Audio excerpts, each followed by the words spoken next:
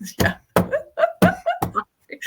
Hello and welcome to my channel. I'm Mrs. Happy Catholic, and I have my guest Clelia on today. We did an interview a few months back. It was really great, and she came back to do a video with me about the concept of the marriage debt, because there's lots of confusion about it, misunderstandings, things around the internet and elsewhere, that we just wanted people to have a resource they could go to kind of understand where that came from, what it's supposed to mean, what it doesn't mean. And so we're going to dive into that today. And I'm going to ask my lovely friend to open up with her notes that she prepared on the subject. So Clelia, what is the marriage debt? All right, so there's actually no formal definition from the church. So it's pulled from the biblical passages, mostly from Corinthians. But what I was taught about the marital debt was from my marriage classes in the SSPX. And it was essentially, when you marry, your body no longer belongs to you, but to your husband, so you owe him sex. And because of original sin, man now has concupiscence, so you need to be available to him at all times so that he does not sin. And because of this concupiscence, to refuse him without a very serious reason, they usually give about the 5 reasons: he's drunk, he committed adultery, you're severely ill, etc.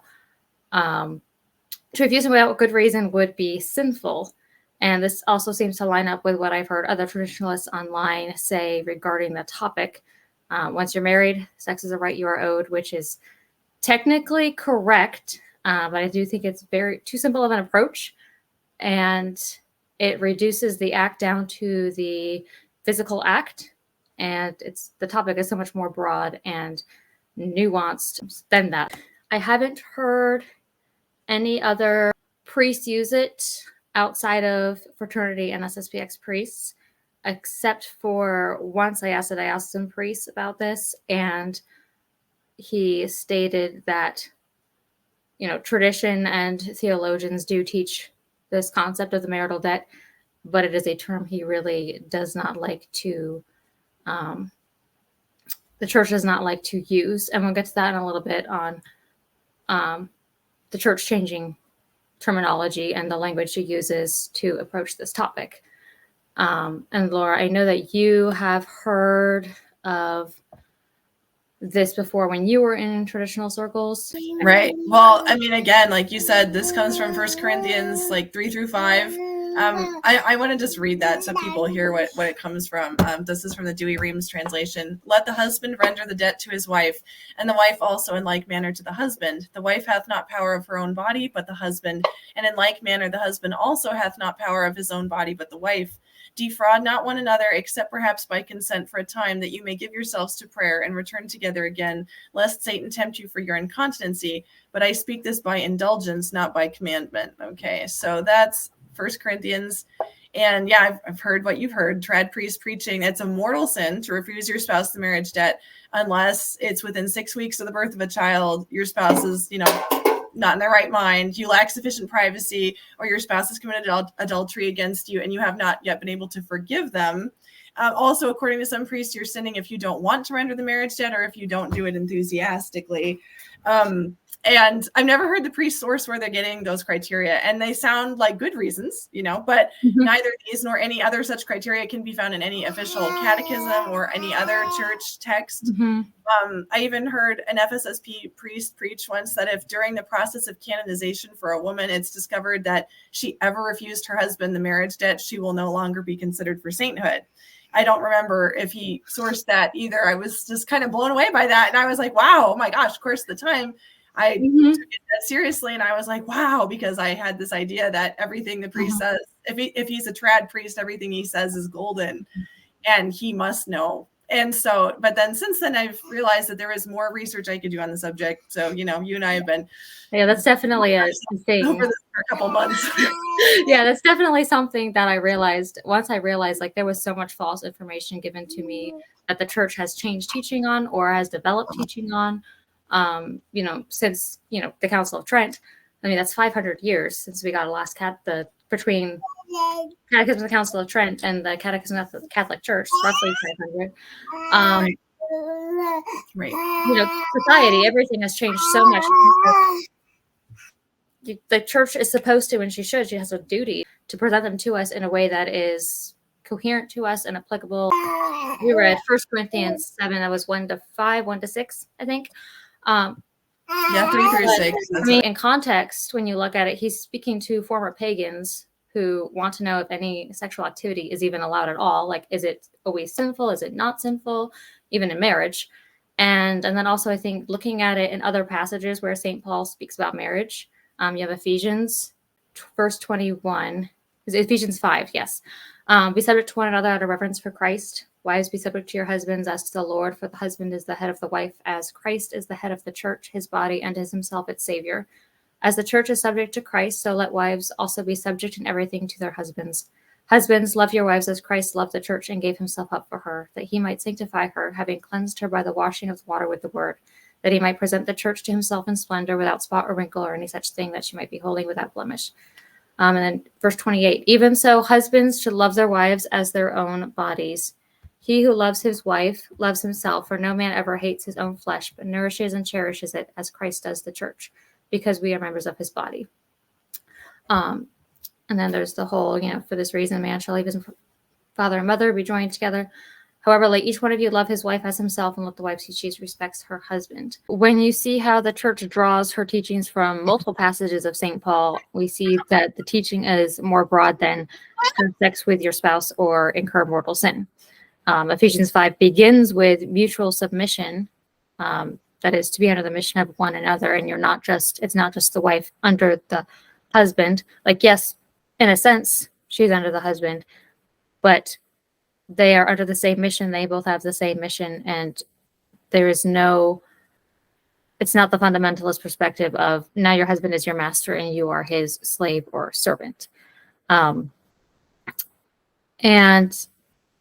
the church did use this term in the past of the marital debt. It's mostly found in Catechism Council of Trent. But the gravity of refusing your spouse the marital debt is never explicitly stated. The church actually is very explicit in showing what marriage should be, what constitutes a sin against marriage. And she actually states them out in the catechism. And the marriage debt is not up there listed as a specific sin. I mean, this is not to say that you don't enter into that area, the arena of sin, but there's the gravity of it is, and whether or not it's actually a sin is dependent on so many other factors that are particular to you and your spouse in your marriage, and not just blanket across the board, put it in the little box, check the box, sin or no sin.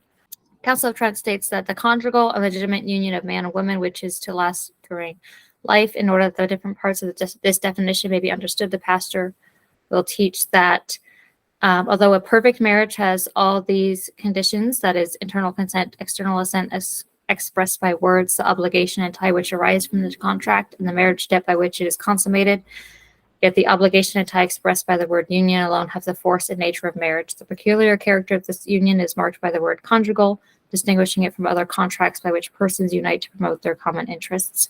The third reason is one which is to be numbered amongst the 3 consequences of primeval transgressions.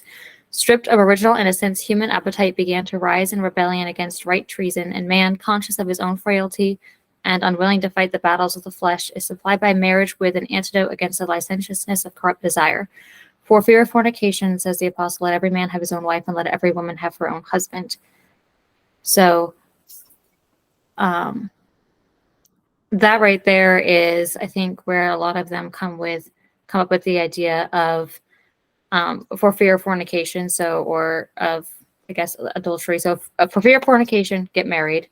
So essentially it becomes just a free-for-all. There's no sense of I need to work on virtue of chastity and that type of thing for myself before I enter marriage. It's for fear of fornication, get married. Because the marriage debt is there for you. I did want to point out some inconsistencies with using only Trent for marriage, for your teachings on marriage. And that would be that the Catechism of the Council of Trent also teaches that religious continence, so basically abstain from the marital debt in order to devote yourselves to prayer, And this religious continence, according to the proper and pious injunction of our predecessors in the faith, is particularly to be observed for at least 3 days prior to communion and for a longer time during the solemn and penitential season of Lent. Like, that's not really necessary for this conversation, but if we're going to quote Trent and reject Vatican II, then why are we not accepting everything that Trent teaches? So, right. I think if you're going to accept this idea of and use this term as pastors and as teachers, then you need to teach like everything from Trent, or like either all of it or none of it. Like, if you're going to claim that that is what is truly Catholic. I don't know if you wanted to touch on that at all, Laura. As far as like, can the concept of the marriage debt be found in any magisterial document? Mm-hmm. Yeah. Okay. So the only place I found a reference to it is in Pope Pius XI's Casti Connubii. Mm-hmm. But it's interesting because I'll read the little line where he mentions it, and then I'll read the context of this. So he just says, by this same love, it is necessary that all the other rights and duties of the marriage state be regulated as the words of the apostle, let the husband render the debt to the wife, and the wife also in like manner to the husband, expresses not only a law of justice, but of charity. So it starts in paragraph 23. He says, this conjugal faith, however, which is most aptly called by St. Augustine the faith of chastity, blooms more freely, more beautifully, and more nobly when it is rooted in that more excellent soil, the love of husband and wife, which pervades all the duties of married life and holds pride of place in Christian marriage. For matrimonial faith demands that husband and wife be joined in an especially holy and pure love, not as adulterers love each other, but as Christ loved the church. This precept the apostle laid down when he said, husbands, love your wives as Christ also loved the church, that church which of a truth he embraced with a boundless love, not for the sake of his own advantage, but seeking only the good of his spouse.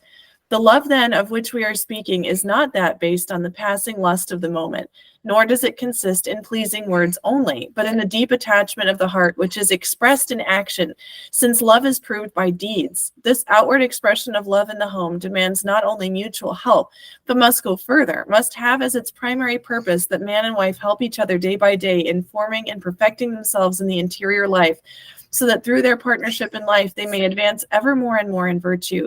And above all that, they may grow in true love toward God and their neighbor, on which indeed dependeth the whole law and the prophets.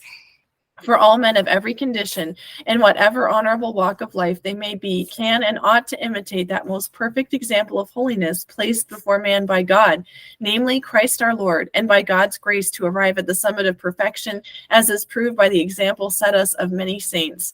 This mutual molding of husband and wife, this determined effort to perfect each other, can in a very real sense, as the Roman Catechism teaches, be said to be the chief reason and purpose of matrimony, provided matrimony be looked at, not in the restricted sense as instituted for the proper conception and education of the child, but more widely as the blending of life as a whole and the mutual interchange and sharing thereof. And here's paragraph 25, which is where he makes reference to that passage from Scripture. By this same love, it is necessary that all the other rights and duties of the marriage state be regulated as the words of the apostle. Let the husband render the debt to the wife, and the wife also in like manner to the husband, express not only a law of justice, but of charity. Unquote. Okay, so that's where I've heard the marriage debt is an issue not of just charity, but of justice too, because you owe your spouse this thing. And I'm like, yes, there's basis for this, but there is a whole context that Pope Pius XI is giving by explaining how love is supposed to be fostered in marriage. And when he talks about the debt and uses that reference to the apostle, he says all the other rights and duties of the marriage state be regulated by these words. Okay, he's not narrowing it down to one thing even. So what we really should have is more of an exploration of what does that, the idea of the debt, if that's where we want to go, what does that all encompass? Because it's way more than just the conjugal act, but that's the only thing you'll ever hear it reference to in connection to, but that's not according to the magisterium. Okay, that's very isolated. So I mean, this passage isn't going so far as to imply that a specific action, like not immediately rendering the conjugal act when the other spouse suggests it, would automatically be a sin, let alone a mortal one. And other than that passage, I found no other magisterial text or catechism passage or church council besides Trent. And that makes sense because obviously the trad priests are promoting this because they really go to Trent. Trent is like, their big launching board. So they go there and it's there. They're not describing it very carefully. They're not expounding on that. It's just kind of like tucked in, and then they move on. They're not making a big deal out of it, like the big deal that's being made today. And then as far as saints go, St. John Chrysostom had some very beautiful things to say about love and sex and marriage, and mentions concerning 1 Corinthians 7:3-5. He says, husband and wife are not their own masters, but each other's servants. A husband must keep his wife's property, i.e. his body, intact without diminishing or damaging it. The wife should do the same. Why should husband and wife not refuse one another? Because great evils, adulteries, and broken homes often result from such abstinence without the other's consent. As you mentioned earlier, there's no passage in the Catechism of the Catholic Church speaks of this, and yet you cannot find the term marital debt in the Catechism of the Catholic Church. And in fact, the Church, to go into this, you kind of have to go back to Vatican II a little bit on the terminology used. So the Church does not use this term today formally in her disciplines and teachings. As we mentioned at the beginning of this call or this podcast, it's sometimes referenced by, trad priests. And the trad priests who do use it just as a, common fact of life and to pass on to people for teaching, they reject, any developments made by the Church on the topic. So in, getting marriage advice, all of these things, they will point you to Christian authors, never to Catholic authors who have come out with, there is so much good literature and just encyclicals and teachings of the Church on this topic that we've had since Vatican II that they just will not use because it goes against their not criteria, but their narrative. Their narrative and what they accept to be the actual teaching of the Church. But we can go a little bit into the development of this teaching if you want to. That would be great. Okay. Yeah. Theology, St. Anselm, I think, yes, he was the one who defined theology as faith seeking understanding. And there's more than one way of seeking to explain the faith, more than one way of understanding the articles of faith. And so therefore there's more than one theology. So the Church is the one who clarifies for us which theologies are not compatible with Church teaching. And a theology may be adequate at one point to explain the faith, but at another point, for example, 500 years later, that same theology may not be adequate. For example, Council of Trent was a mostly Christian culture. Even though you did have the Reformation and all of that happening, we still had a Christian culture. And nowadays we have a pagan culture. We're post-Christianity, post-modern. So going back to Vatican II and why the council was called and what it intended, Pope St. John the 23rd in Gaudet Mater Ecclesia, he stated, but at the present time, the spouse of Christ prefers to use the medicine of mercy rather than the weapons of severity, and she thinks she meets today's needs by explaining the validity of her doctrine more fully rather than by condemning. So, and this was part of the whole mindset of Vatican II, was to go from this stance of sit back and defend the faith and whack away anything that came at it to open everybody up to this idea of we're not just doing obligations, we're not just defending our faith, we're not just hunkering down. We're supposed to grow in love of God, grow in virtue. We're supposed to do things good for the sake of the good itself, and we're supposed to love more fully and to go out and bring the faith to other people. And when you have this, it's a big shift going from here's what you cannot do to here's what you should be doing. And so in order to put this shift into actuality, you do have to change terminology. So the Church's teaching on marriage does not change, or on the marital debt, that does not change, but she made the decision to approach it from a different perspective. She also did this with going from using the term debt to using other words. She did this with Christ coming in his passion, death, and the Eucharist. So when you read the Catechism, so essentially what I was taught was essentially what's in the Catechism of the Council of Trent. The word debt is used 45 times, and for the redemption, it's Christ purchased our redemption. The price for which he paid our ransom not only equals but far exceeds the debts contracted by us. And the remission of sins seems to bear an exact analogy to the canceling of a pecuniary debt, as therefore none but the creditor can forgive a pecuniary debt. So the debt of sin, which we owe to God alone. There's more to this quote. The debt of sin, which we owe to God alone, and our daily prayers forgive us our debts, can, it is clear, be forgiven by him alone, by no one else. Which, like, yes, this is true. The Catechism of the Council of Church, Catechism of the Catholic Church, Council Church. The word debt is only used about 6 times and never in reference to marriage or in reference to Christ's sacrifice on the cross and reconciling man to God. The term is used regarding justice, respect of human dignity, monetary debt, so 7th and 8th commandments, and in reference to the Our Father. So the church takes a different approach today, or uses different language today than she did in the past to explain and to teach us about Christ coming and his passion and death. So the Catechism with the Catholic Church states, the plan to reveal himself to us through an utterly and free decision, God has revealed himself and given himself to man. This he does by revealing the mystery, his plan of loving goodness, formed from all eternity in Christ for the benefit of all men. And God has fully revealed this plan by sending us his beloved Son, our Lord Jesus Christ, and the Holy Spirit.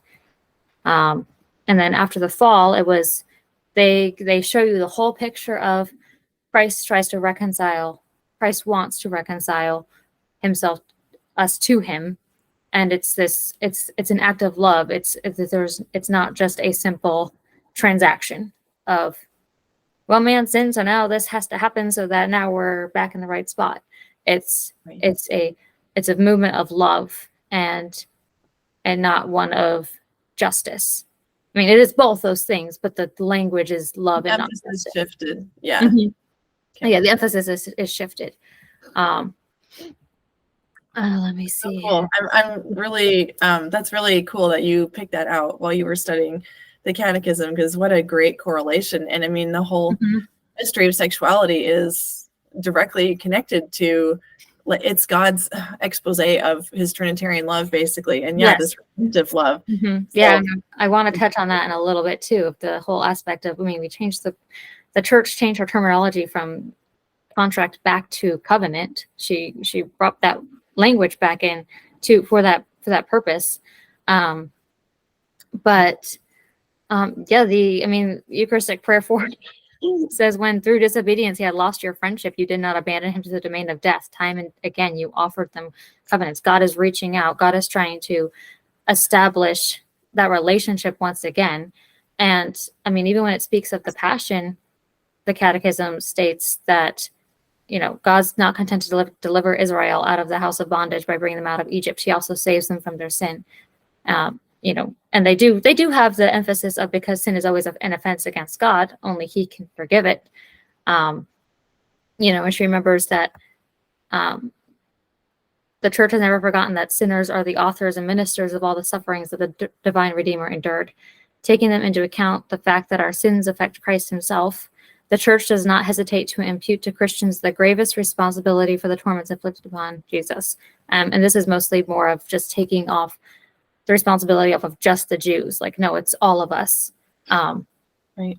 And they also go into, like, Jesus' death is not just the result of chance and like circumstances, but it's part of God's entire plan of establishing that relationship again as like an act of love, emphasized, and which the Catechism of the Council of Trent does state that, very briefly, it is an act of love. But when you there's a difference when you put very harsh language. I believe at one point they use the language, Jesus Christ had to appease the wrath of God. He was the only one who could restore the relationship and appease the wrath of God.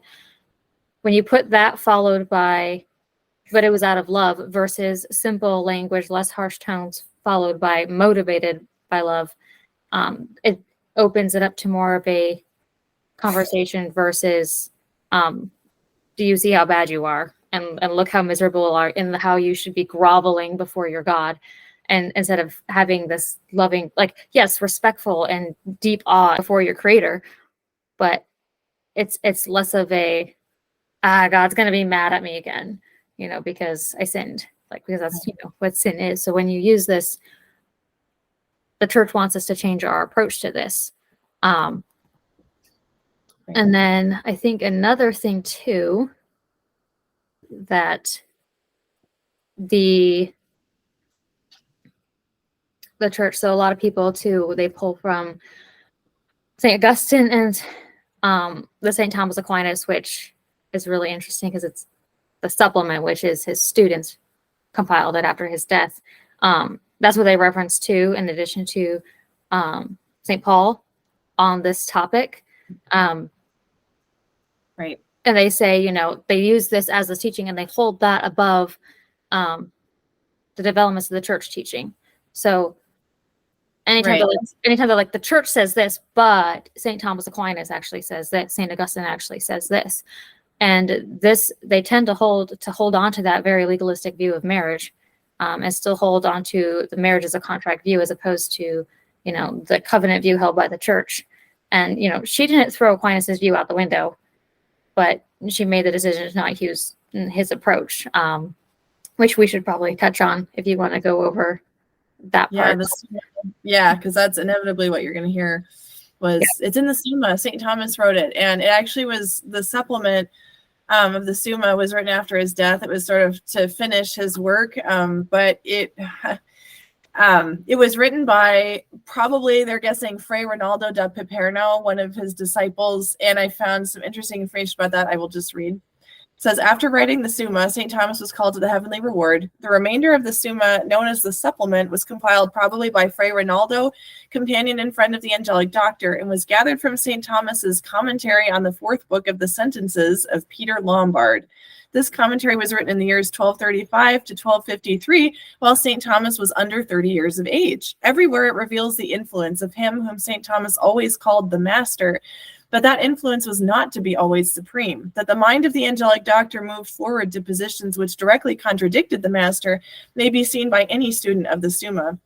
The compiler of the supplement was evidently well acquainted with the commentary on the sentences, which had been in circulation for some 20 years or more, but it is probable that he was badly acquainted with the Summa Theologica. This will be realized and must be borne in mind when we read the supplement. And then they notably mention certain passages, including the one on the marriage debt.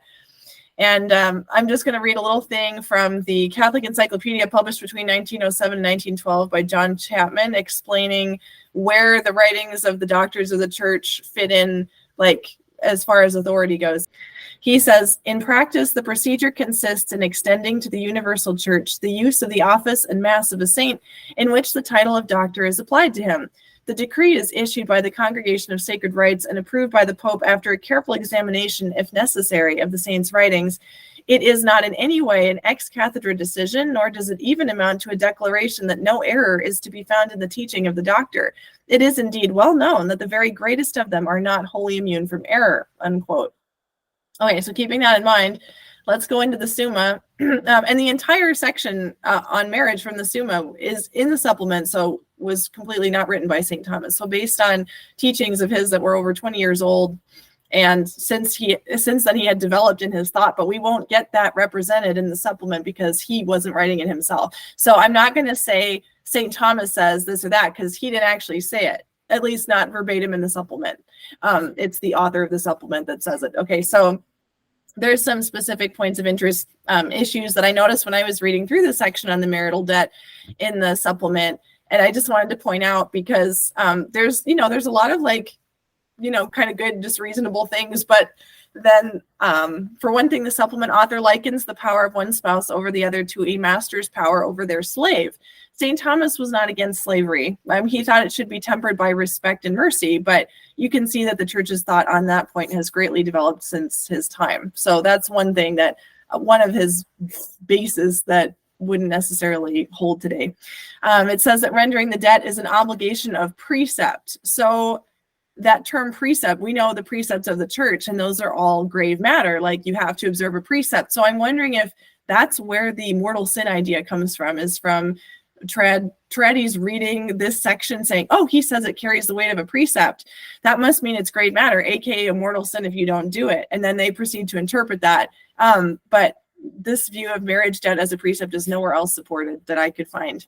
Author's only given premise in the opening of section 43 on the marriage debt is that marriage is for the avoidance of fornication, a negative rather than a positive premise. His language is all about avoiding danger by rendering the debt as insurance against sin, giving one an impression of having uncontrollable urges and a panic-stricken response being necessary to save you from damnation as the primary emphasis of the debt. So, I mean, that's not like that's invalid, but it's just kind of narrow. I mean, elsewhere in this section, he talks about other like ends of marriage and goods of marriage. But in this section, it's very much like, I mean, you kind of tense reading it because you're like, oh my gosh, this could be really bad, you know? Okay. And again, it's just interesting how the church has shifted her emphasis in recent times. So a husband should not dissuade his wife, the author says, from asking for the debt except for a reasonable cause. This reasonable cause is not defined, and the same freedom to dissuade is not allowed to the wife. I'm guessing this is based on the author's view of what the equality of the sexes is and isn't. For instance, he says of the sexes that, quote, they are not equal absolutely, but they are equal in proportion, unquote. And that's his interpretation of Genesis 2:18, that woman was created on the man's account and therefore is not equal to him in every sense. But I have not found this opinion to be supported by magisterial teaching anywhere. The woman's right is more limited than the man's, according to the author. He goes on, quote, a wife cannot ask her husband for the debt to the detriment of his bodily health, so neither can she do this so as to hinder him in his duty to his master, unquote. Again, this principle is not reiterated on the wife's account. He also includes that a wife could not forbid her husband to join the crusade on account of her needing him to render her the marriage debt, but that she would be able to follow him on the journey if she felt she couldn't do without him. I mean, that's kind of a joke. I mean, like, oh yeah, she can just follow him. No problem with little kids and all, huh? So the marriage debt, in his opinion, carries the obligation of a precept. But in the case of the Crusades, the need for men to go to war to take back the Holy Land nullifies the precept on their part. I just think that's very interesting. He says, quote, moreover, there would be more danger to the wife's chastity as a result of wandering from country to country than to the husband's, and less profit to the church, unquote. But he fails to give a factual basis for this very subjective claim. I just thought that was kind of humorous. Okay, repeatedly, the author of the supplement makes a distinction in favor of the man that even St. Paul does not in the original text that inspired this whole section. And we know that St. Paul talks about in Christianity, there's no slave or free, woman or man, you know, in other sections. Again, we can't look at one verse of St. Paul's to the exclusion of all the others, as you so well put before. The author of the supplement would appear to contradict himself when he mentions that a wife is obliged to render the debt to a husband infected with leprosy, regardless of the harm it poses to her, as well as any offspring that might result. But later has this to say. I answer that it was forbidden in the law to approach to a menstruous woman for two reasons, both on account of her uncleanness and on account of the harm that frequently resulted to the offspring from such intercourse. They used to believe the child would be born with leprosy. With regard to the first reason, it was a ceremonial precept, but with regard to the second reason, it was a moral precept. For since marriage is chiefly directed to the good of the offspring, all use of marriage which is intended for the good of the offspring is in order. Consequently, this precept is binding even in the new law on account of the second reason, although not on account of the first. So he totally contradicted himself there. Yes. Okay. It's weird. The author of the supplement believes that the sexual act oppresses the reason and thus renders one less fit for spiritual things. This idea is not supported by church teaching anymore. You did mention that, or you were going to mention that in the Council of Trent, they mention abstaining for a few days from sexual intercourse before receiving communion. 3 days. Prepared. 3 days? 3 days. Yep. Yeah. Okay. But that again was dropped. That's not been reiterated, and the current catechism does not enforce that. So it just shows some development of understanding there. Okay. In the same vein, the author posits that it is inappropriate to ask for the debt during a holy time or on a feast day, although not a mortal sin, but probably venial and more grievous if asked for mere pleasure than out of fear of sin. He adds, when the wife asks for the debt during a festal time, as far as he, the husband, is concerned, he does not consent, but grants unwillingly and with grief that which is exacted of him, and consequently he does not sin. So it's okay to render it with grief and unwillingly if you're a husband during festal time and your wife wants to make love. Okay, this line of thinking is used to explain the then existing ban on celebrating weddings for certain chunks of time throughout the liturgical year, but that is no longer upheld by the church, who now permits weddings at any time of the year, even on Sundays. So we can see how the author's supporting the thought of the time, but the church's understanding and explication of the theology of marriage and personhood has developed quite a bit since then. Mm-hmm. Yeah, I think too. You read the part regarding how a wife is obliged to render the act to her husband, even if he has leprosy. I believe, if I'm remembering correctly, it also says she does not have to live with him.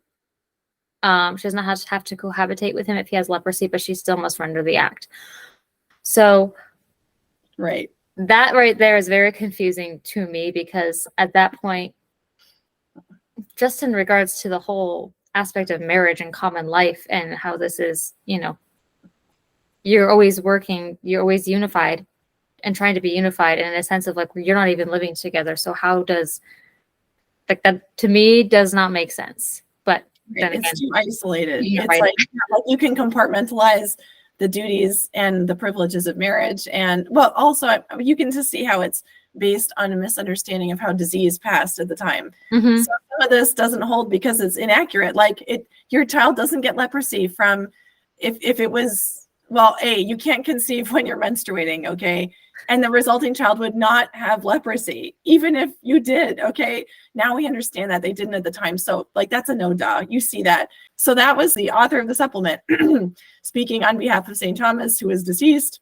And then, the supplement isn't the only thing askew here as far as saints and things you could reference on marriage and sexuality that were a little out of whack. Like the church never fully adopted this teaching from the supplement, just like it never adopted St. Augustine's perspectives, where he said, thus it is characteristic of a good Christian to love in one woman the creature of God whom he desires to be transformed and renewed, but to hate corruptible and mortal intimacy and copulation, that is, to love the human being in her creaturehood, but to hate that which makes her a wife. He held that sexual intercourse when procreation couldn't happen was sinful. He held that it's no sin to render the conjugal debt, but it's a venial sin to exact it beyond the need of generating children. He also encouraged spouses to give up sexual activity as soon as they were able, because sexual activity usually involves sin. Again, with all respect to Augustine, who was amazing, he had a very wounded sexual past. And so part of this, you have to remember the saints are not immune from psychological and emotional wounding and bad associations with things that maybe never got healed in their life. So they're speaking out of that when they speak sometimes. It's not all necessarily, St. Augustine isn't infallible. He's not even in the Bible. Okay, so he had so many wonderful things to say, but obviously certain things the church didn't take that direction because they're like, well, that's not the whole picture. St. Jerome, wrote that for a minister to have relations with his wife renders him unfit to approach the Eucharist for communion because of the carnal nature of the act. And then he also taught the thing about having relations with your wife during menstruation would cause the child to have leprosy and be evidence of the sin of their coming together. So you can just see, also reading some of these early saints and their writings about sexuality, it's like they kind of talk about it where they feel like they have to, but they don't want to go in any deeper than they have to. It's like there's this sort of, I'll say a little bit, but I don't want to say any more because I'm kind of scared of the subject. And I'm celibate, so I don't really need to talk about it anyway. Like, I'll talk to it a little bit for you married people, but then let's move on. And not a lot of development. And even until recently, addressing the Song of Songs in the Bible was greatly treated with that approach too. It was just kind of like, well, let's talk about it as an allegory. And it's like, well, it wasn't just an allegory. And it's a multi-layered allegory. It refers to many different, realities. So yeah, it's just safer and cleaner and a lot more comfortable to leave it in a certain box, but that's not fair because so much of the church's life revolves around married life and how this is a means of communicating grace to your spouse. So it's just too impoverished of an approach if you don't add on to it, which the church is not doing. Yeah, it's there's definitely a trend with the medieval scholastics in general, just holding a very legalistic sense of the marital act. I think this might have actually come from, I would need to find a source to back me up, but I believe this came from the Jesuits when they were teaching because that was one of the main things they did, trying to find things that they could easily put into a category and to teach it efficiently. The sixth and ninth commandments was something that they just, among other things, but that became very legalistic. And but yeah, there's a sense of being afraid to touch the topic of like, we don't want to because we might, somebody might get tempted, or somebody might, actually sin. And I believe it's the Catechism of the Council of Trent has a section for the pastor who is teaching, when he's instructing, he's supposed to be very delicate in the transfer of information and to give as little information as possible, so to avoid the occasion of sin. Which the church, obviously today says, no, you must teach. This is something that you must teach, especially in today's day and age we live in. You must teach your children. Marriage classes must discuss this topic. If there is any sort of temptation that arises, like there's no culpability, because you must. It's something that is necessary to know. And this whole idea of like, they might get a bad thought because I talked to them about it. It's like, but you must teach this. Like, so the church today says you must teach. You have a right. John Paul II says you have a right and you have a duty to teach your children about this. And well, the parents do, or find somebody to teach them about this and make sure that it's being taught properly according to church teaching. And I mean, you can see the contrast there from Council of Trent, where they're like, really delicately, say as little as possible. They'll figure it out, And I think that's the approach I was given too, when it came to marriage classes of, here's a couple little rules. And, if you have any other questions, ask in confession, which, how are we setting up our people for marriages when we, how many marriages does the SSPX do? And the fraternity, they do so many. And when you're just handing them out like candy, it's just like, well, they have so many people who want to get married, and, so many young people, which is good, but it makes me sad that they don't get these tools. And also, I did ask a fraternity priest one time, like, what do you teach in your marriage classes? And I said, well, what about all these other things? Because it was basically the same as what I had gotten in the SSPX. And they said, well, we have the option of you can come back after you've been married a couple of weeks and ask questions and have a discussion, which I do think is better. But there's that fear of, let's not touch the topic. But I think we've all forgotten that, or they have forgotten, tend to forget, like, your sexuality is a gift from God, and God has given that to you. It encompasses your entire self, mentally, physically, spiritually, psychologically, and God has raised marriage, and therefore the marital act is also raised. We can go in and actually talk about marriage a little bit, and then we can go back to talking more about the debt part, because once you have context for how the church approaches marriage today and how she wants us to approach marriage, instead of like this duties and rights of spouses, she wants you to approach it from Catechism of the Catholic Church, is just so beautiful when it does come to marriage. The trad view on marriage tends to be very, they use all the nebulous language, the pretty language, but it doesn't mean anything when, there's no such, when you've never heard this whole motivated by love aspect of things.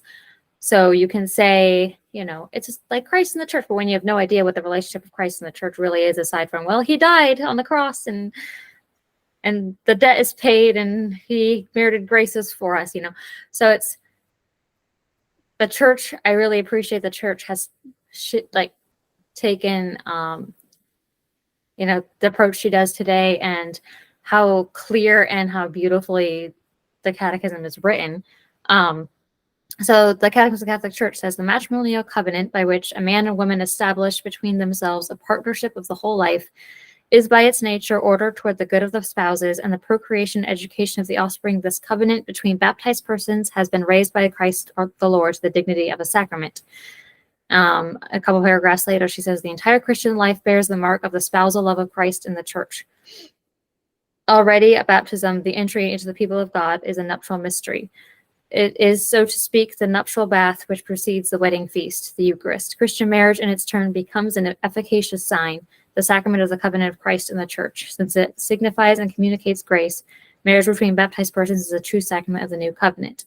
In contrast, the Catechism of the Council of Trent uses the word contract, which, yes, marriage is a type of contract in a sense, but it's so much more than that. The term I was given in the definition of the sacrament of marriage, we were essentially told it's a natural contract that God raised to a sacrament, which is true. But just like the term marital debt, it's way too narrow and way too simple. So just to go into Trent really fast. First the Baltimore Catechism, which is from Trent. So the definition I was given was the outward sign, and what is the outward sign in the sacrament of matrimony, and what does the whole essence of the marriage contract consist? The outward sign of the sacrament of matrimony is the mutual consent of the persons, expressed by words or signs in accordance with the laws of the church. The whole essence of the marriage contract consists in the surrender by the persons of their bodies to each other, and in declaring by word or sign that they make this surrender and take each other for husband and wife now and for life. So, well, the whole essence of the marriage contract. Also, like it's way too simple, and the church says no, it's more. Two, granting this was put out in a time. This was the church's teaching in a time where you have a Christian culture, you have all these other things where it's not necessary to explain the nuances as much as it is to everybody who sees, like in today's day and age, it's marriage is whatever, you can you get married, get divorced, and everything. So it's the way that our secular culture looks at marriage is complete opposite of, not complete opposite, but pretty much very much in contradicts the church's teaching on marriage. So the term contract is very legalistic, and we'll address problems of using an only legalistic viewpoint when speaking of marriage later on, because there are issues with that. And Vatican II, if you notice the difference in, which I stated before, and the difference in those definitions, the church made the decision to return to using the term covenant instead of contract. I have a great book. It's called Sex and Virtue. Maybe we can link it below, along with some notes from this after. But it states the Second Vatican Council's pastoral constitution on the Church, Gaudium et Spes, has been widely hailed for its recovery of the biblical language of the covenant to describe marriage. According to the Second Vatican Council, marriage is an intimate partnership of life and love rooted in the conjugal covenant of irrevocable personal consent, which comes into being through that human act whereby spouses mutually bestow and accept one another. One important result of this recovery is the opportunity it affords to once again situate not only marriage, but sexuality within a biblical framework. So, that was one of the Vatican II's big things, was let's strip everything of these externals and all of the neat little boxes it has to be in, and get back to the heart of it, go back to the biblical basis and what was actually given to us by Christ. So we can talk about marriage as a covenant, and then go over, but I want to, first, we've talked about this before, the whole Trinitarian aspect of things. You briefly touched on it, but God is a covenant. I think if you read Scott Hahn, he's all about covenant theology, and he has some beautiful, beautiful things to say about this. But the Trinity is, he is love, and he lives in eternal communion of three persons. And, marriage is something, it's an icon that points to the Trinity. It points to those three. And Bishop Sheen has a wonderful book on Three to Get Married, which, goes a lot more into the whole aspect of Trinitarian love, and marriage is a reflection of that. But just want to go over a few differences between contracts and covenants. So a contract is a written or spoken agreement, especially one concerning employment, sales, tenancy that's intended to be enforceable by law. So it's very legal. It's very, you uphold your part of the contract, I uphold my part of the contract. And a covenant is a different part of a contract. I do have some fundamental differences that I pulled from a lawyer's website, because apparently people make covenants sometimes when they're working with other companies. These are not spiritually based, obviously, for the most part, but they can be. So a contract is an agreement between parties, while a covenant is more of a pledge. Contract is an agreement you can break, while a covenant is a perpetual promise. You seal a covenant while you sign a contract. It was common, and obviously, if you've read your Bible, they always usually sealed the covenant. God has multiple ways of sealing covenants. He has the whole part where he walks with Abraham, and there's circumcision, all of that. Yeah. A contract is a mutually beneficial relationship, while a covenant is something you fulfill. And contract exchange is one good for another, and a covenant is giving oneself to another. You can opt out of a contract, while a covenant is about having the strength to hold up your part of the promise. So I think that the church made a good decision to, go back to using the word covenant. And from the perspective of biblical thought, there's the fundamental difference between the legal category of contract and the more personal category of covenant. So a contract is an economic or legal agreement between two parties made before witnesses that involves a pledge of one's property. If one of the parties breaks the contract, that party forfeits the property pledged. A covenant, on the other hand, is an agreement or oath of fidelity between parties made with or before God, in which one promises one's very self to another. This is illustrated in dramatic fashion in the account of Abraham's covenant with Yahweh in Genesis 15. Yahweh cuts a covenant with Abraham by having him split into a heifer, a goat, and a ram.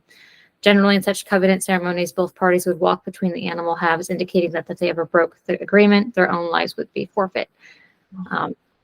Wow.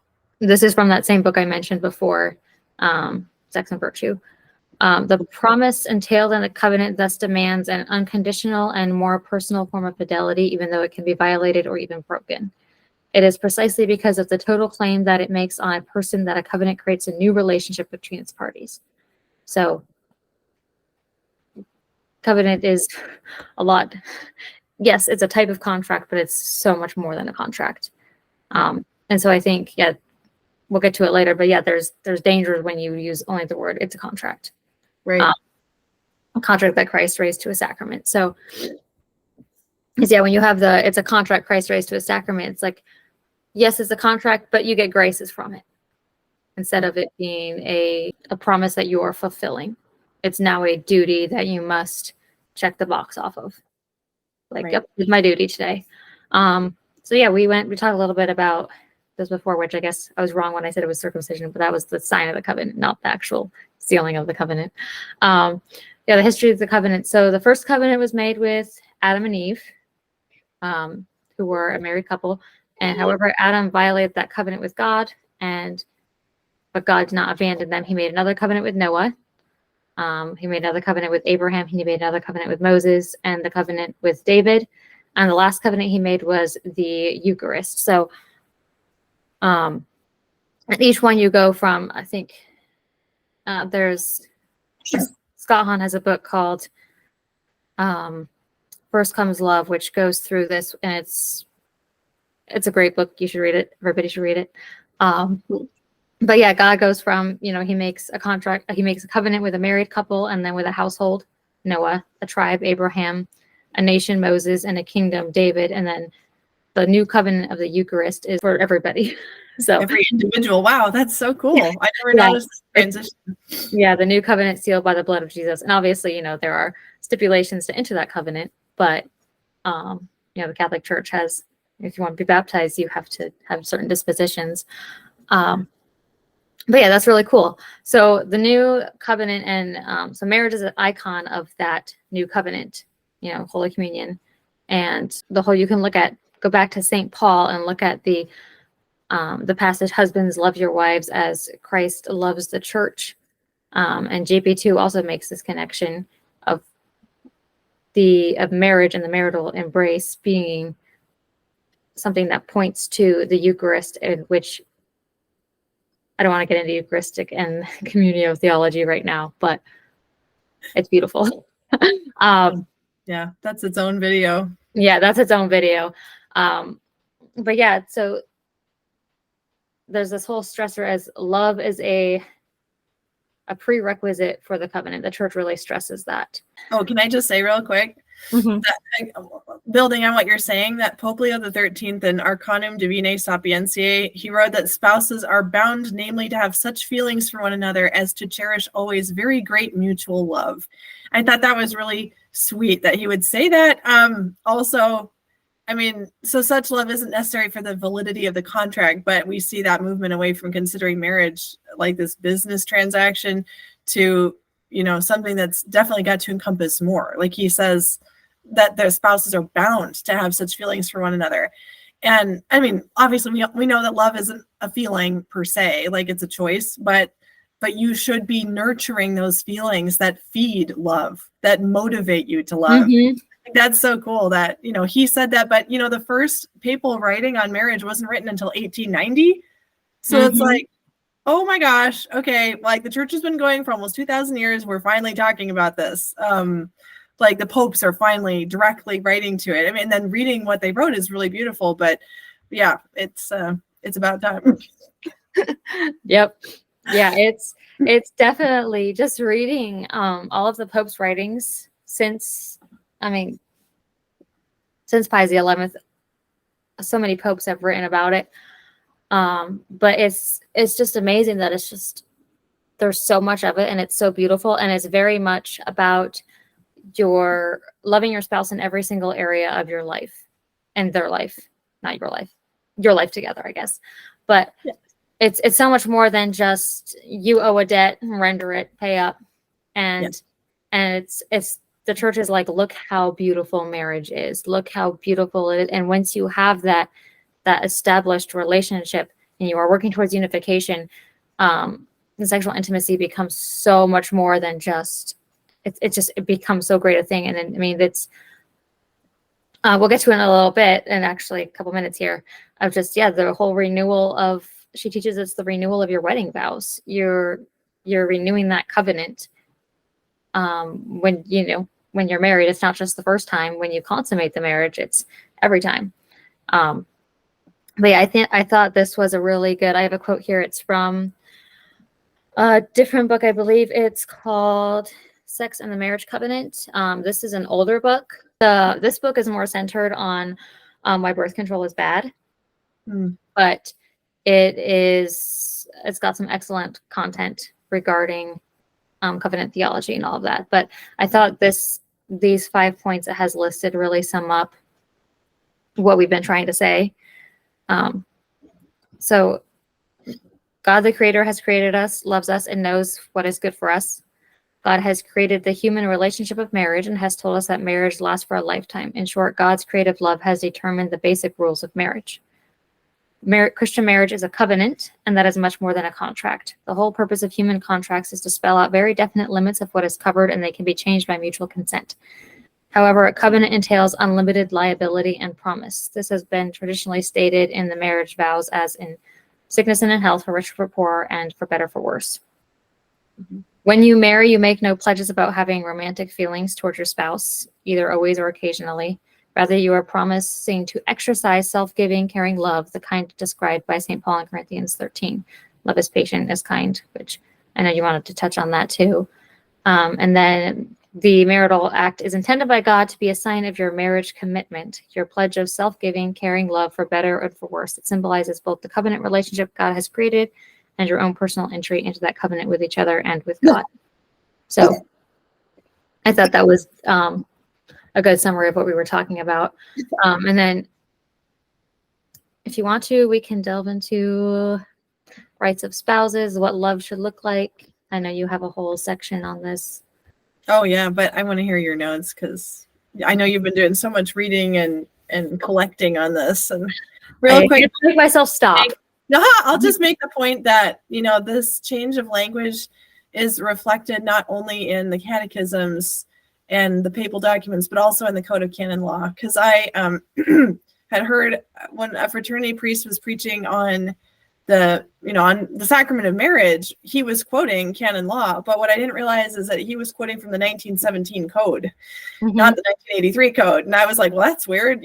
They're supposed to be like quoting what's current. I don't know. I just thought it was interesting that he chose to do that instead. But there's just a real difference of language between, like, the 1917 code says, matrimonial consent is an act of the will by which each party gives and accepts a perpetual and exclusive right over the body for acts which are themselves suitable for the generation of children.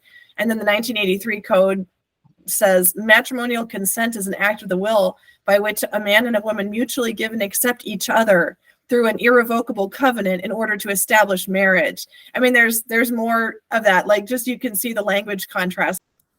And did you want to touch on Gaudium et Spes at all? We had read that one passage from Gaudium et Spes, which is beautiful, but there's just more in that document, just kind of a summary that talking about the subject. The council demonstrated this change of attitude when it wrote that sexual actions within marriage are noble and worthy ones. It says these actions signify and promote that mutual self-giving by which spouses enrich each other. Shifting the emphasis from procreation alone, Gaudium et Spes describes marriage as the primary form of interpersonal communion, a community of love, a conjugal covenant, an intimate partnership of married life and love. And this married sexual love is affirmed as eminently human. It involves the good of the whole person and most remarkably merges the human with the divine. In this context, children are described as the ultimate crown of this married love and the supreme gift of marriage. So we were talking about covenant theology and sex within that. And so we can talk a little bit about, I have a quote here. So this is actually a really great book in general. It's called The Catholic Marriage Manual. It was published in the 50s, I believe. There's actually a lot of really good, this is my pre-Vatican II source that I use for a lot of things, like showing like, hey, the church taught NFT was okay before Vatican II and such. But he has a section written by a doctor on speaking to marriage and practical effects of practical advice and such. But the section on partners' rights in marriage, the frequency of the marital act and the specific times when it is performed should be decided by mutual agreement as much as possible. Ideally, the best time is when both partners feel a spontaneous desire. With experience, you will come to know when your spouse will be most disposed to the physical act of love. If possible, you should try to gear your own desires to those of your mate. And he goes into, it can be engaged at any time. Consider a husband will respect his wife's wishes in regards to times when she's menstruating. And then he has a quote, sometimes the question of rights, that's in quotations, rights, arises to plague a marriage. From a technical point of view, theologians, and then in my notes I have not the church, tell us the husband has the right to engage in intercourse with his wife except when she has a serious reason to refuse. And then he has the list of reasons which theologians, not the church, gives. So these are the whole, when her husband's drunk, has a disease that can be transmitted, her own health can be seriously endangered, etc. For the sake of harmony in the marriage, it should not be necessary for the partner desiring intercourse to insist upon her or her right. Since by his very nature it is more difficult for a man, so this is the trad view I grew up with, is mentioned in this book. Since by very nature it is more difficult for a man to be continent, his wife should readily consent to his request in a spirit of active love. She should not merely tolerate him, but should show her responses that she welcomes his advances and appreciates the opportunity to demonstrate her affection. There will be times, of course, when she will be unable to respond enthusiastically. He gives a couple examples of, someone she knows died, or she has a sick baby, that type of thing. The considerate husband will recognize these conditions and will not force himself upon her. If he is motivated by charity and the desire to please her, he can easily subjugate his own desires. So I think it's really interesting that as he puts forward the view that, lots of trads give, the one-sided of marital debt, this is what I'm owed as a husband or as a wife, these are my rights. It's a sin if I don't get my right. He also puts forward all of the hey, take your wife into consideration, the considerate husband, or even the considerate wife, all of these things, like there's this idea of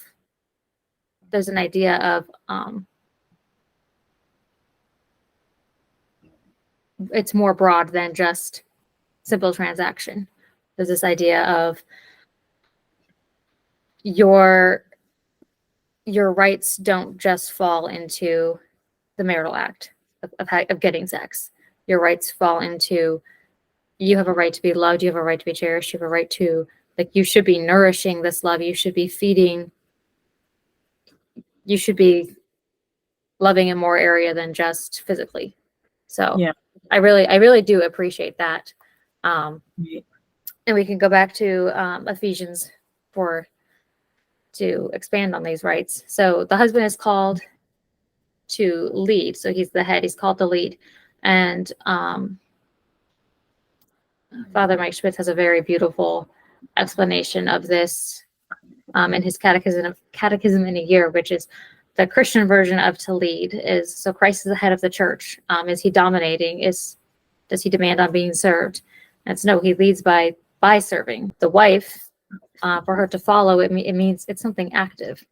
And if it's Christ in the church is in constant relationship with her bridegroom. She doesn't lack power or strength. She's not this, as he phrases it, as like a timid little mouse being like, okay, and just following her husband, Right. in every single thing that he says. Like she has personality. She has, the relationship is dynamic. It's not just a one-sided Right. husband lead wife, and wife is like, okay, whatever you say, dear. So it's Right.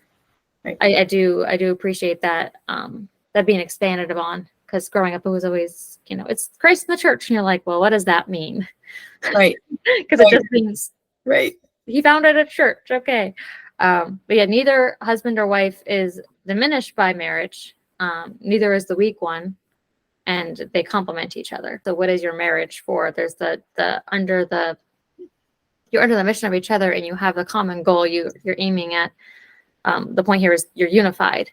And the Catholic Church states unity demands indissolubility, faithfulness, giving, and fertility, which are, as Father Mike says, free, total, faithfulness, and fruitful. So your marriage should be, you have freedom in your marriage.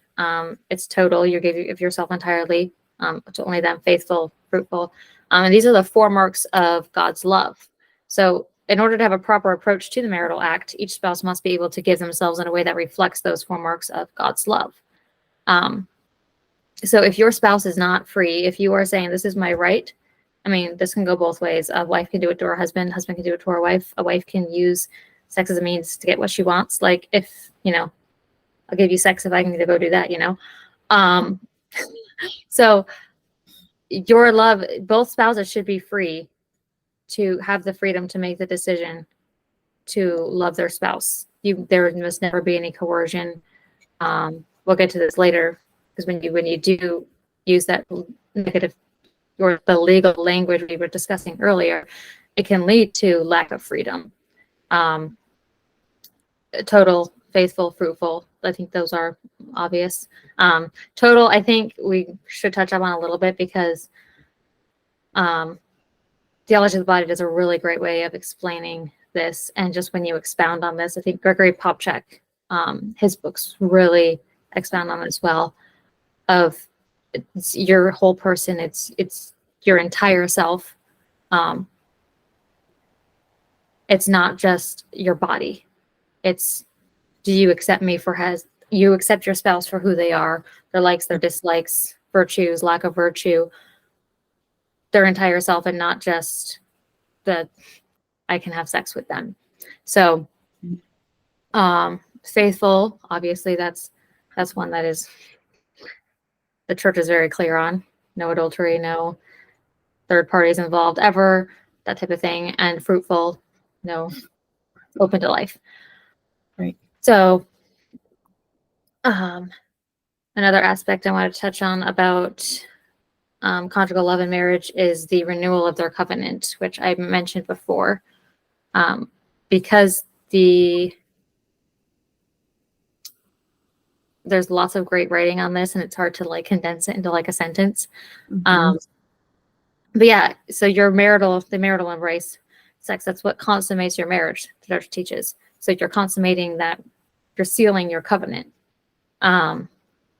And so each time you repeat that action, trying to figure out the right word to use here, they enter into that is actuality the right word? Because it's not a mindset, it's like a real thing. You enter into that covenant again, but that the actuality of receiving and giving that they promise to each other in the beginning, and they're renewing that. And one last point I wanted to make about the conjugal love within that covenant is there's actually a quote from, I don't know why I remember this so well, but in high school we read T.S. Eliot's The Murder in the Cathedral. Oh. And there's a line from there, and it's, the last temptation is the greatest treason, to do the right deed for the wrong reason. And for St. Thomas a Kempis, that's it's pride, it's being martyred for the sake of glory and not for love of God. And so I think you can apply that to marriage too. Like, are we really loving our spouse and loving God and growing in unity if we are giving into the requests only because we think we sin by not doing so? Are we loving how God loves us? How are we loving how God loves and how we want to be loved? So I think the church wants us to change our mindsets. She wants us to ask these questions to ourselves, like, am I giving of myself? Am I pouring myself out for the other person? And I wanted to talk about this at some point. I was thinking a little later, but we can talk a little bit about it now. But the whole point of chastity, the whole point of learning chastity when you're younger is saying no, so that at some point you can say yes. And for people who are celibate, they have to say yes in a different way. They give of themselves in different ways to other people. And I mean, in the same way that a mother and a father give themselves to their children, like mothers, we carry our children, we give our bodies for them in that way. There's also, we're saying yes of giving in ourselves, not just sexually. And marriage calls you, every vocation calls you to give yourself in a way that is not sexual.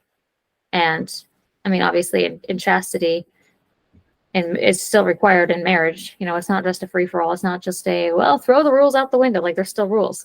And I think there's dangers when it comes to using the negative or legal languages.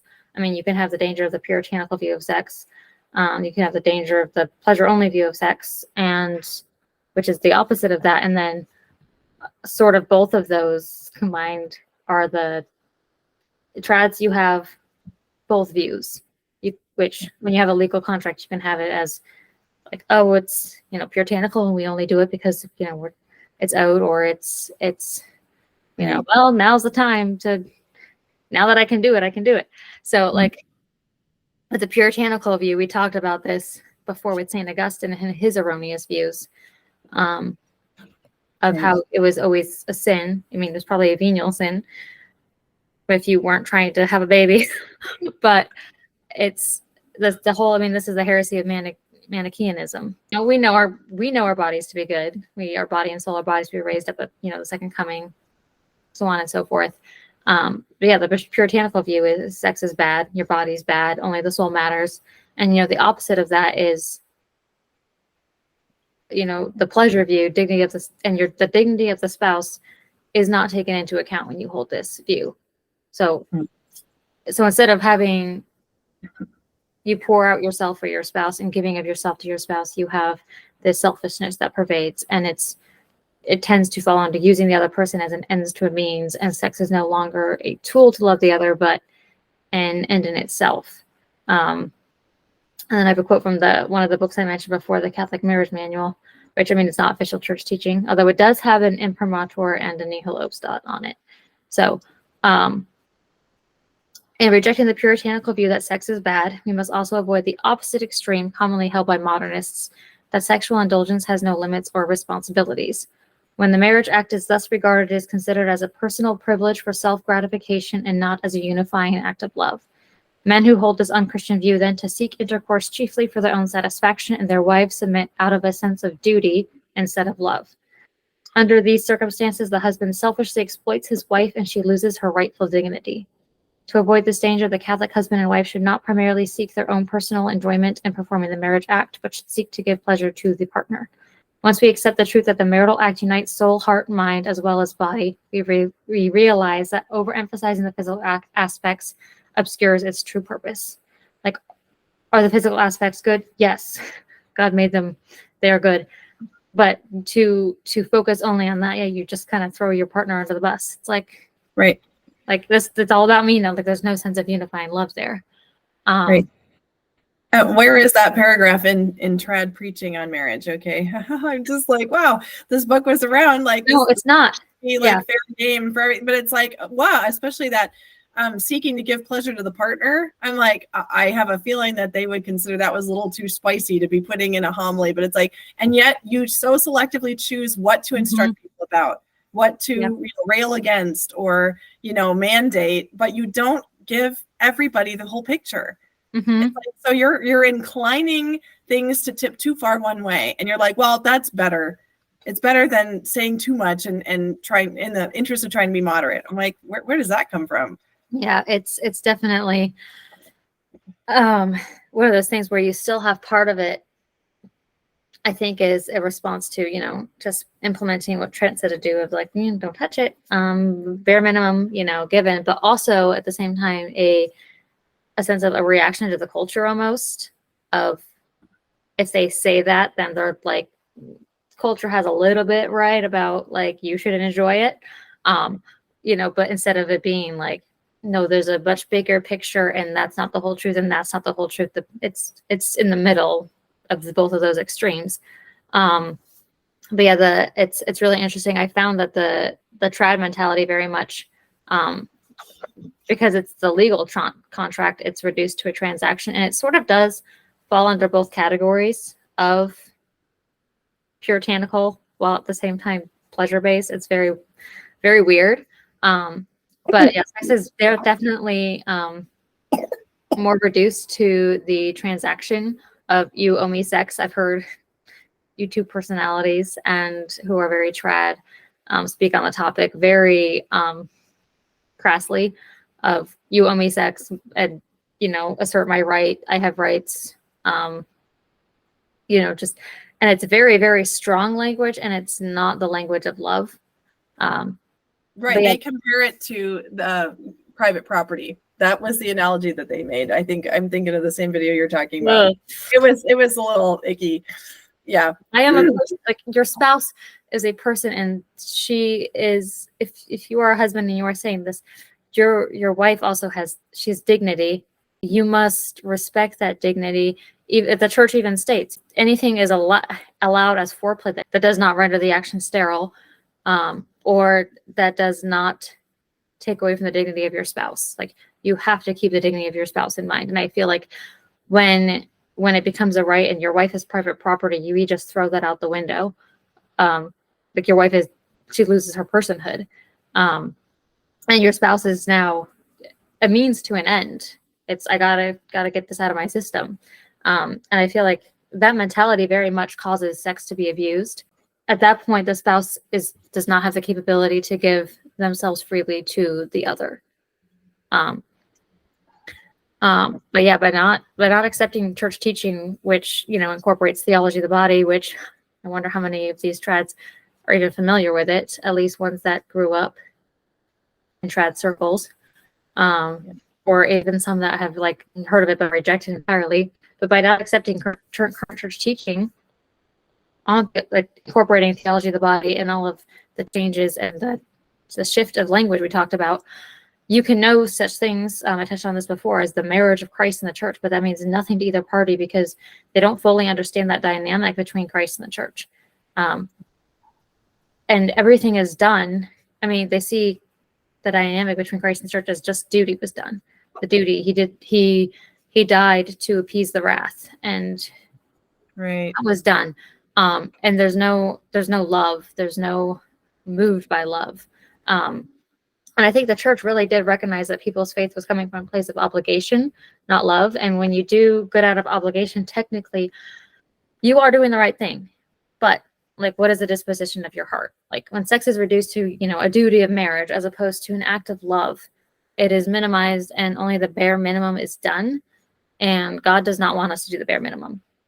He wants us to be able to pour out ourselves for our spouses, for our children, out of love. Like, would you rather your spouse hold an attitude of, I give myself entirely to you as a gift because I love you and your entire person, please accept me as I accept you, or hold the mentality of the attitude, I should say, of you're married to me, and so you have ownership over me, so I guess I have to say yes, because if I don't, it's a sin, And, we're not denying that you can't enter the area of potential sin when you deny your spouse marital act. But to show the church wants us to be motivated by love and the goodness of spousal love and not by a sense of obligation and a fear of sin. And I don't think you can stress that enough. I've probably said that so many times in this video, but I don't think you can stress that enough. I mean, I think Laura, you had mentioned something about applying Corinthians chapter 13. Yeah, right. I found this on a blog somewhere. I thought it was so great because it's that passage from Corinthians about love. It says love is patient, and then they added in the bedroom to every phrase. And I was like, okay, you think about it differently when you read it like that. So love is patient in the bedroom. Love is kind in the bedroom. Love does not envy and does not boast in the bedroom. Love is not proud in the bedroom. It does not dishonor others in the bedroom. It is not self-seeking in the bedroom. Love is not easily angered in the bedroom and keeps no record of wrongs. Love does not delight in evil, but rejoices in the truth in the bedroom. Love always protects, hopes, and perseveres in the bedroom. That's beautiful in its own simple way. Yeah. Of it is that easy, right, to apply the church to your life. Definitely is patient, is kind, does not boast in the bedroom. But it's not about you. And I think that's one of the main takeaways of taking that and applying it to Corinthians chapter 13 is just really stresses it's about love and it's about your spouse and it's not about you. That's, I think, what using the term marital debt very much makes it about you, of the debt that the other spouse owes to you.